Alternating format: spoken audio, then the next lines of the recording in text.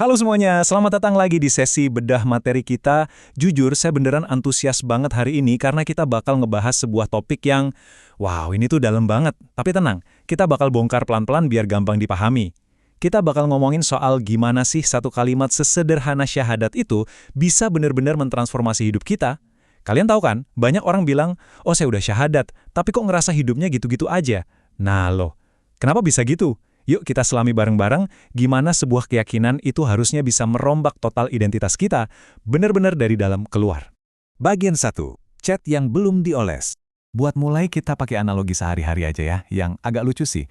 Tapi ini pas banget buat ngegambarin masalah teologis yang lagi kita bahas. Bayangin kalian beli sekaleng cat, harganya mahal. Kualitas nomor 1 deh pokoknya.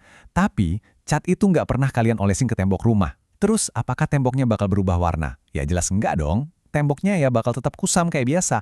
Nah, ini tuh gambaran yang pas banget buat orang yang ngaku beriman, tapi keyakinannya nggak pernah dipraktekin. Syahadatnya ibaratnya masih kesimpan rapat di dalam kaleng. Kita masuk ke bagian 2, Shibrah, celupan yang meresap. Menariknya nih, kalau kita baca Al-Quran, konsepnya ternyata bukan sekedar ngolesin cat yang cuma nempel di luar. Ada satu konsep visual yang jauh lebih dalam soal gimana iman itu bekerja.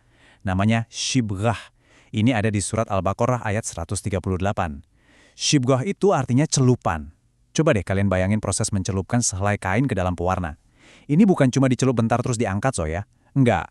Kain itu benar-benar direndam, pewarnanya harus ngeresep nembus tiap serat kain yang paling dalam, sampai warnanya itu nyatu permanen dan gak bakal luntur lagi. Jadi poin pentingnya di sini, syahadat itu bukan ritual instan, bukan celupan kilat. Ini tuh proses ngerendam identitas kita, sampai keyakinan itu benar-benar ngakar kuat. Terus apa jadinya kalau pewarna ini udah berhasil masuk? Hal pertama yang berubah tuh hati. Di surat Al-Baqarah ayat 165 itu digambarin kalau orang-orang yang beriman itu punya cinta yang amat sangat kuat ke Allah. Kata yang dipakai di sini tuh buat ngegambarin cinta yang bener-bener dalam, intens banget.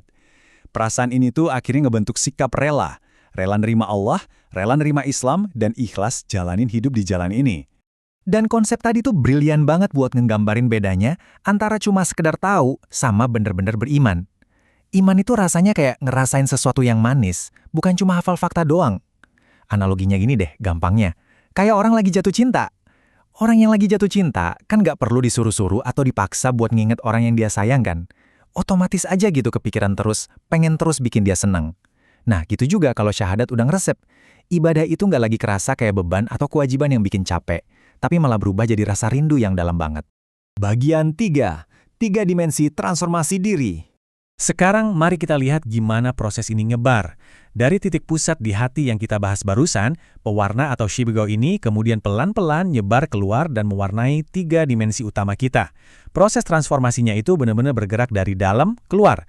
Pertama, mewarnai kalbu alias hati. Terus merambat naik mewarnai akal atau pikiran, dan ujung-ujungnya memancar keluar mewarnai jasad atau perbuatan fisik kita. Yuk, kita bedah satu-satu. Dimensi pertama itu kolbu. Pas hati kita udah terwarnai, bakal ada 3 hal yang kejadian. Keyakinan kalian sumbernya cuma dari Allah, motivasi kalian jadi super jelas, dan kalian punya keteguhan hati yang luar biasa kuat. Di materi kita disebutin, orang yang hatinya udah terwarnai itu gak bakal jadi lemah gara-gara musibah. Ini bukan berarti kalian gak boleh sedih atau gak pernah nangis ya, bukan gitu. Tapi poin krusialnya, kalian gak bakal hancur berkeping-keping pas badai kehidupan lagi ngamuk. Kalian mungkin aja kehilangan kerjaan atau ditinggal orang tercinta, tapi kalian tetap bisa berdiri tegak. Kenapa? Karena pijakan kalian bukan lagi dunia, melainkan Allah. Lanjut ke dimensi kedua, yaitu akal. Nah, dengerin nih, buat kalian para milenial Gen Z atau bahkan Gen Alpha, konsep ini tuh relevan banget. Kita kan sekarang hidup di era banjir informasi ya, tiap buka HP, ribuan konten, tren baru, ideologi-ideologi berseliweran nyerbu layar kita tiap hari. Nah di titik inilah, akal yang udah terwarnai syahadat tadi berubah fungsi jadi filter algoritma terbaik buat kalian. Serius deh, sebelum kalian nerima sebuah ide atau ngikutin tren yang lagi viral, akal kalian tuh bakal otomatis ngefilter. Bentar, ini sesuai nggak ya sama jalan Allah? Dan ini penting, jangan salah paham.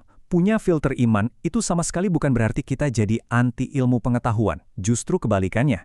Konsep Islam itu ngegabungin zikir dan fikir secara harmonis banget. Zikir itu ingat Allah, dan fikir itu pemikiran kritis kita tentang alam semesta. Keduanya ini jalan barengan. Kalian ingat Allah, terus kalian jadi kepo dan terdorong buat mikir kritis neliti ciptaannya. Kalian mikir kritis, akhirnya malah makin takjub dan makin ingat Allah. Jadi pemikiran kalian tuh benar-benar hidup dan aktif. Dimensi ketiga itu jasad. Disinilah pewarna tadi akhirnya tembus ke permukaan dan beneran bisa dilihat sama semua orang. Syahadat mulai mewarnai tindakan praktis kalian sehari-hari. Mulai dari gimana etika kalian pas lagi kerja, seberapa jujur kalian pas lagi bisnis, seberapa lembut kalian ngehargain orang lain, sampai urusan kemana kalian ngabisin waktu luang, dan buat apa duit kalian dipakai. Intinya, semua gerak-gerik fisik ini murni jadi cerminan dari warna iman yang ada di dalam hati. Kita lanjut ke bagian 4, bukti nyata perubahan karakter. Mungkin sekarang kalian mikir, masa sih teori ini beneran bisa ngubah manusia di dunia nyata? Yuk, kita cek sejarah. Kita bakal lihat 4 studi kasus nyata di mana Shibghoh ini berhasil ngerombak total identitas seseorang. Kasus pertama, Umar bin Khattab. Sebelum syahadatnya ngeresap, beliau ini penentang Islam yang paling keras. Tapi begitu hatinya tercelup iman, beliau langsung berubah 180 derajat jadi pembela Islam yang paling gigih. Dan akhirnya jadi seorang khalifah yang adil. Kalau dipikir-pikir, fisiknya nggak berubah loh. Ototnya, kecerdasannya tetap sama persis. Yang berubah total itu cuma satu, apa yang ada di dalam hatinya. Kasus kedua, Mus'ab bin Umair. Wah, kalau di zaman sekarang, beliau ini ibarat influencer paling hits di Mekah masa itu. Bajunya serba mewah, parfumnya mahal banget. Tapi, begitu syahadat ngeresap ke hatinya, beliau rela loh ninggalin semua kemewahan itu demi jadi duta dakwah di Madinah. Datang tanpa harta, tapi malah sukses mengislamkan hampir seluruh pemuka Madinah. Yang bikin merinding dari kisah ini tuh gimana pewarna iman bisa ngegeser prioritas hidup seseorang sebegitu drastisnya. Dari yang tadinya materialistis banget, berubah jadi pengabdian yang benar-benar tanpa pamrih. Kasus ketiga, Salman Al-Farisi. Beliau ini orang yang berkelana, nyari kebenaran. Ujung-ujungnya malah sempat diperbudak, benar-benar termarginalkan dan gak dianggap. Tapi setelah meluk Islam, syahadat ini benar-benar memperdayakan beliau. Dari seorang budak, beliau bertransformasi jadi ahli strategi militer yang super dihormati. Idenya ngebangun parit atau khondak, itu terbukti berhasil nyelamatin seluruh kota Madinah dari kehancuran. Keren banget kan? Iman sukses melepasin belenggu rasa inferior di diri beliau. Dan kasus keempat, ini inspiratif banget sih. Rib'i bin Amir. Beliau ini aslinya cuma prajurit biasa, bukan jenderal atau panglima beken. Tapi, pas diutus nemuin Rustum, Panglima Agung Kekaisaran Persia yang lagi dikelilingin kemewahan dan pasukan mematikan, Rib'i masuk ke tendanya dengan santai banget. Beliau bahkan nancepin tombaknya di permadani mewah itu tanpa kelihatan gugup sedikit pun. Peristiwa ini brilian banget nggambarin konsep izzah atau kehormatan sejati. Gini loh, pas kalian nyerahin semua rasa takut kalian hanya ke Allah, kalian bakal berubah jadi manusia yang gak punya rasa takut sama sekali ke manusia manapun, sebesar apapun kekuasaan mereka. Bagian kelima, 3 pertanyaan refleksi diri. Sejarah udah ngebuktiin ya kalau perombakan identitas ini tuh beneran nyata. Nah sekarang yuk kita bawa konsep ini ke hidup kita malam ini. Pertanyaan pertama buat hati kalian. Coba deh evaluasi warna batin kalian hari ini. Apakah hari ini ada satu momen aja di mana kalian ngerasain cinta dan rindu ke Allah? Ataukah jangan-jangan semua ibadah yang kalian lakuin hari ini cuma kerasa kayak rutinitas yang ngeberatin? Pertanyaan kedua, ini buat akal kalian. Gimana performa filter algoritma mental kalian hari ini?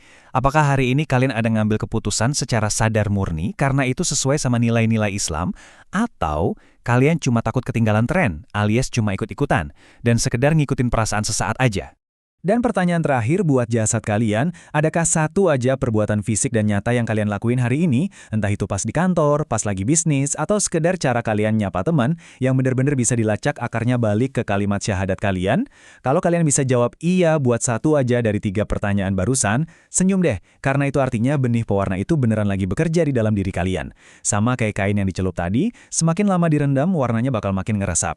Jadi pertanyaan besar yang pengen saya tinggalin buat kalian renungin adalah, sedalam apa sih kalian bakal ngebiarin pewarna itu ngeresep ke dalam hidup kalian mulai hari ini? Oke, makasih banyak ya udah gabung di sesi ulasan kita kali ini. Jangan pernah berhenti untuk terus belajar.